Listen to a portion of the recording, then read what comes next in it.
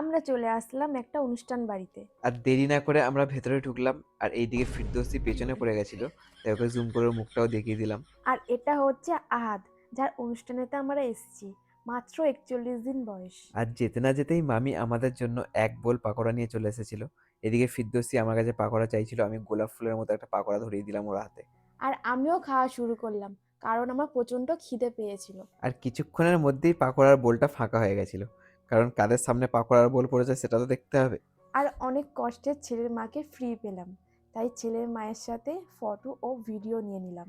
তারপর আর এক সুন্দরীর সাথে ভিডিও নিয়ে নিলাম।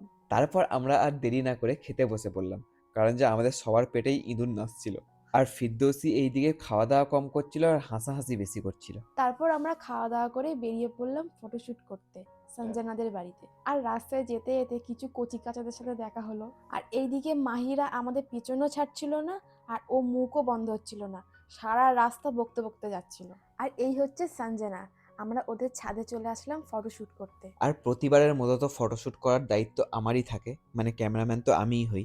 আর ওখানে একটা বাচ্চা ছিল, এই বাচ্চাটা খুবই কিউট, কি সুন্দর সবার কাছে চলে যাচ্ছিল।